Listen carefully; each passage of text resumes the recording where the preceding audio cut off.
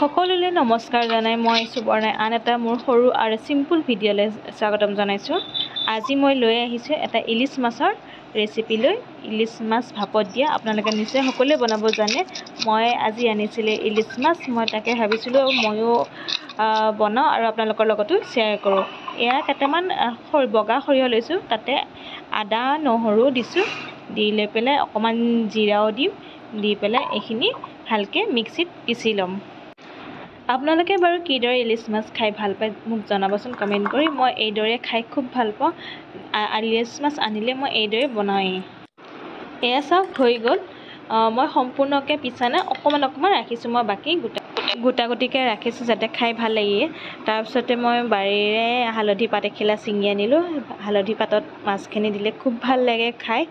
তাৰপিছতে মাছখিনি মই সানি ল'লোঁ অকণমান নিমখ দি পেলাই। সৰিয়হখিনি ধুনীয়াকৈ সানি ল'লোঁ যাতে সৰিয়হখিনি ভিতৰলৈকে সোমায়। তাৰপিছতে এই হালধি পাতখিলা টিফিন বাতিটোত দি পেলাই মাছখিনিও দিলোঁ, দি পেলাই ধুনীয়াকৈ সানি ল'লোঁ। সানি লৈ পেলাই তাতে এতিয়া মই অকণমান বিলাহী কাটি লৈছিলোঁ, সেই বিলাহী দিছোঁ। বিলাহী দিয়াৰ পিছতে মই মান ধনিয়া আছে যে সেই মান ধনিয়া দিছোঁ। তাৰপিছতে ডাঙৰকৈ পিঁয়াজ কাটি লৈছোঁ, সেয়াও দিছোঁ। দি পেলাই দুটা জলকীয়া দিছোঁ, দি পেলাই ধুনীয়াকৈ পানীখিনি কেৰাহী এটাত গৰম হ'ব দিছোঁ। দি পেলাই তাতে ষ্টেণ্ড এডাল দিছোঁ, ষ্টেণ্ডৰ ওপৰত টিফিন বাতিটো দি চৰিয়া এটা দি ঢাকি দিছোঁ। বাছ কিছু সময়ৰ পিছত এয়া হৈ গ'ল। চাওক অকণমান ঠাণ্ডা হোৱাৰ পিছত মই নমাইছোঁ, সুন্দৰকৈ সিজিছে চাওকচোন। এয়া মই বাতিটো নমাই ল'লোঁ।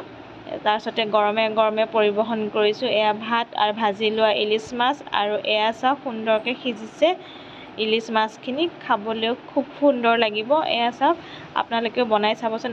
আৰু আজি ভিডিঅ'টো ইমানেই। মোৰ ভিডিঅ'টো যদি ভাল লাগিল লাইক কমেণ্ট ছাবস্ক্ৰাইব কৰিব। আজিলৈ নমস্কাৰ।